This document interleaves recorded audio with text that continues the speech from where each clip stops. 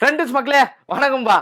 10 வருஷமா ஒரு பையன் 3 வருஷத்துக்கு முன்னாடி ஆரம்பிச்ச ஒரு கட்சிக்காக உழைச்சிருக்கான். அப்படி உழைச்ச அந்த பையனுக்கு இன்னைக்கு பதவி கொடுங்க அப்படின்னு சொன்னா, ஏதாச்சும் பொறுப்பு கொடுங்க அப்படின்னா, காசை வாங்கிட்டு இந்த வேலையெல்லாம் பார்த்துக்கிட்டு இருக்காங்களா. காசு யாரு கொடுக்குறாங்களோ அவங்களுக்கு தான் வந்து பதவி அப்படின்னு சொல்லி சுத்திக்கிட்டு இருக்காங்களா.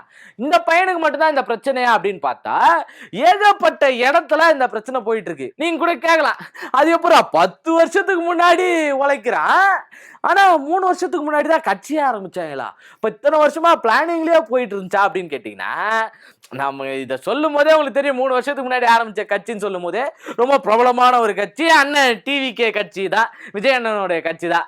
இவங்க 10 வருஷத்துக்கு முன்னாடி இருந்தே விஜய் மக்கள் இயக்கம் அப்படின்னு ஒன்று தொடங்கி அதன் மூலயமா பல பேர் நன்மைகள் செஞ்சுக்கிட்டு வந்துட்டு இருக்காங்க.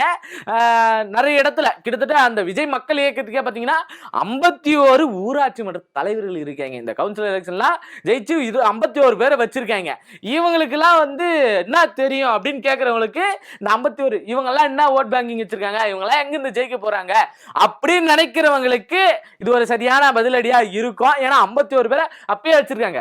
மக்கள் இயக்கமா இருக்கும் போதே வச்சிருந்த இவங்களுக்கு அப்ப எவ்வளவு பெரிய ஓட் பேங்க் சேர்ந்திருக்கும், எவ்வளவு பேர் ஆதரவு தெரிவிச்சிருப்பாங்க. இப்படி இந்த ஆதரவுகளை மீறி இவங்க வந்து மத்த யாருன்னா ஜெயிச்சிருவாங்க, திமுக அதுல வந்துடும் அப்படின்னு நீங்க கேட்டீங்கன்னா, அங்கதான் வைக்கிறாங்க இந்த கட்சி ஆரம்பிச்சதுக்கு அப்புறம் இருக்கிற ட்விஸ்ட். எப்பா நீ ஊருக்குள்ள ஏதோ நல்லது பண்ண, தெருவு போடணும், இது போடணும், எல்லாத்தையும் போட்டுருவேன். அதுக்கு வெளியூர்ல இருந்து எவனோ வந்து ஊரை டிஸ்டர்ப் பண்ண மாட்டான். ஆனா இங்க மாநில அளவு அப்படின்னு வரும்போது அது ஏகப்பட்ட பிரச்சனைகள்லயும் சிக்கல்கள்லயும் வந்து சேர்ந்துரும். ஏன்னா நீங்க ஊருக்குள்ள பண்ணும் போதே அதுல ஒரு சின்ன சின்ன சிக்கல்கள், சின்ன அந்த ஊரை பொறுத்தவரை அது பெரிய சிக்கலாக தான் இருக்கும். அந்த சிக்கல்கள் எல்லாமே இருக்கதான் செய்யும். நீங்க அதை சமாளிக்கலாம். ஆனா பெரிய லெவல்ல சமாளிக்கணும்னா அதுக்கு பெரிய தலை வேணும். அந்த பெரிய தலை தான் விஜயா இருக்காரு அப்படின்னும் போது தான் பெரிய கொஸ்டின் மார்க்கா வந்து நிக்குது. ஏன்னா அந்த ஊர்ல நின்று செய்யறவன் எல்லாரும் எப்படி இருப்பானா, அந்த ஊர் மக்களுக்காக உழைச்சவன், அந்த ஊரோட நல்லதுக்காக யோசிச்சவனா இருப்பான். இந்த பேரை வச்சு ஒரு 4-5 பேரை சேர்த்துக்கிட்டு அவன் நல்லது பண்ணிட்டு தெரியுமா, அவனுங்கெல்லாம் செய்வானுங்க. ஆனா இங்க உச்சந்தலையில உட்கார்ந்து இருக்கிற ஒரு உச்சுக்குடுமி இருக்குதுல்ல, அந்த உச்சுக்குடுமி என்ன பண்ணுது அப்படின்றதுதான் ரொம்ப முக்கியமான விஷயம். உச்சியில உட்காந்து அந்த உச்சுக்குடுமியில உட்காந்துக்கின்னு விசிலாச்சின்னு இருந்துச்சுன்னு வச்சுக்கீங்களேன், அது வேலைக்காவது எங்கன்னா கிளம்பி போயிடும். அந்த மாதிரியான சூழ்நிலை தான் இன்னைக்கு விஜய் இருந்துகிட்டு இருக்காரு. ஏன்னா அடுத்து இவங்களுக்கு தொடர்ந்து நெருக்கடிகள் வந்துகிட்டு இருக்கு. நெருக்கடிகள் எங்க இருந்து வருதுன்னா அவங்க கட்சிக்குள்ள இருந்தே வருது. அந்த சூழல்ல தான் வந்து விஜய் மாட்டின்னு இருக்காரு. இந்த பையன் 10 வருஷமா உழைச்சான்றல்ல, இந்த விஜய் மக்கள் இயக்கத்துல பயங்கரமா உழைச்சிருக்கான். பூத் கமிட்டில இறங்கி ஒர்க் பண்ணிருக்கான். நிறைய பேர் கேட்டாங்க, எப்பா பூத் கமிட்டில இறங்கி ஒர்க் பண்ணு, கீழ் லெவல்ல இறங்கி ஒர்க் பண்ணும், யாரு உங்களுக்கு ஆள் இருக்கா அப்படின்னு சொல்லி கேட்டாங்க. அந்த பையன் ரொம்ப தெளிவா, நான் பூத் கமிட்டில இவங்க என்ன இப்போ வராங்க, நான் அப்பவே பூத் கமிட்டில இறங்கி அவ்வளவு லோக்கலா இறங்கி ஒர்க் பண்ணவன் நானு விஜய் மக்கள் இயக்கத்துக்காக அப்படின்னு சொல்லி அந்த பையன் தெளிவா அடிக்கிறான். இப்ப இப்படி இருக்கக்கூடிய அந்த பையனை நீங்க எந்த இடத்துல தூக்கி வச்சிருக்கணும்? புஷியானந்த் மேடையில் நின்று பேசுறாரு, சைக்கிள் ஓட்டினே எவன் ஊரா சுத்தி போஸ்டர் ஓட்டுறானோ அவனுக்கு தான் பதவி அப்படின்னு உஷியானந்த் 1000 பேசலாம். ஆனா கீழ் லெவல்ல இங்க என்ன நடக்குது அப்படின்னு நீங்க மேல இருந்து பாக்குறீங்களானா பாக்குறது கிடையாது. இந்த பையனுக்கு மட்டும் இந்த பிரச்சனை கிடையாது. இந்த பையன் என்ன பண்ணிருக்கான், 10 வருஷமா உழைச்சிருக்கான், பணம் வாங்கிட்டு போன்றாங்க. அவங்க செய்தியாளர்களுக்கு பேட்டி கொடுக்குறான், என்ன பண்றாங்க, பணம் வாங்கிட்டு தான் இதெல்லாம் பண்றாங்க.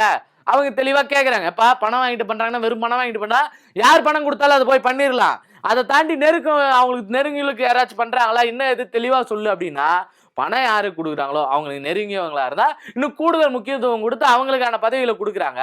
10 வருஷமா உழைச்ச உழைப்புக்கு இங்க எந்த வித மரியாதையும் இல்லை, எந்த விதமான ஒரு அங்கீகாரமும் இல்லை, நான் இதுக்கு மேல இங்க இருக்கவே போறது இல்லை அப்படின்னு சொல்லி அந்த பையன் கிளம்பி போறான். அதை தாண்டி அங்க ஒரு ஸ்டேட்மெண்ட் அவன் ஒண்ணு வைக்கிறான்.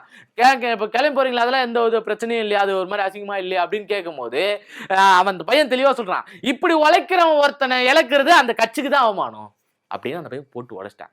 நீங்க இப்ப இந்த நேரத்துல விஜய் எங்க திரும்ப மூஞ்ச வச்சுன்னு இருப்பாரோ தெரியல. இப்ப இந்த பிரச்சனை இவனுக்கு மட்டும் தான் இருக்கானா, ஏகப்பட்ட இடத்துல தொடர்ந்து இந்த பிரச்சனைகள் இருந்துகிட்டே இருக்கு.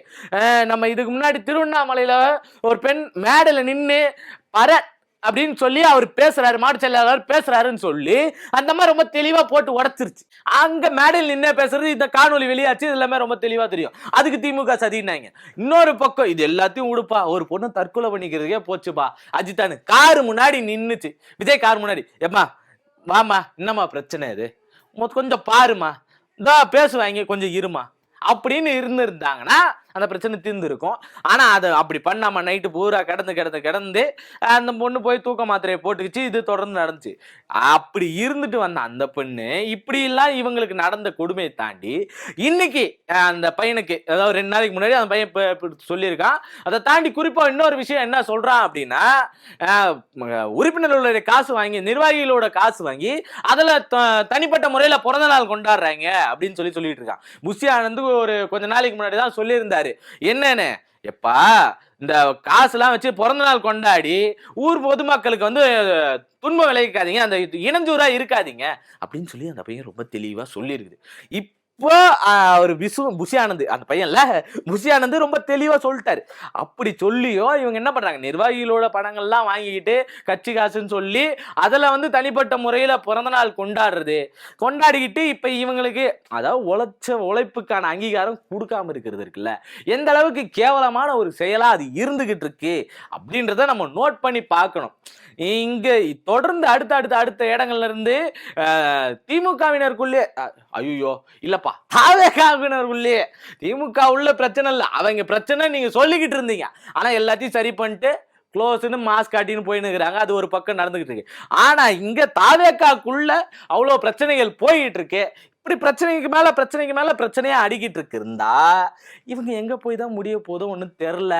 இதுல புதுசா ஆரம்பிச்ச கட்சி எந்த அளவுக்கு கண்ணியமா கட்டுக்கோப்பா இருக்கணும்ன்றது எந்த அளவுக்கு ரொம்ப முக்கியமான ஒண்ணு. அதுவும் உழைச்சவனுக்கு பதவி கொடுக்கணும்ன்றது. ஏன்னா வர்றதுக்கு முன்னாடியே இவ்வளோ அலப்பறை பண்றீங்களே, வந்ததுக்கு அப்புறம் என்னெல்லாம் பண்ணுவீங்க அப்படின்னு பெரிய கேள்விக்குறி எழுப்பி விட்டுட்டு அந்த சின்ன பையன் கிளம்பி இருக்கான். அப்படிப்பட்ட இந்த உழைப்புக்கு அவங்க என்ன செஞ்சிருக்கணும் அப்படின்றத நீங்க கமெண்ட்ல சொல்லிட்டு போயிடுங்க. மறக்காம லைக், சப்ஸ்கிரைப் இதெல்லாம் பண்ணிட்டு போயிடுங்க. ஒன்றும் பிரச்சனை இல்லை.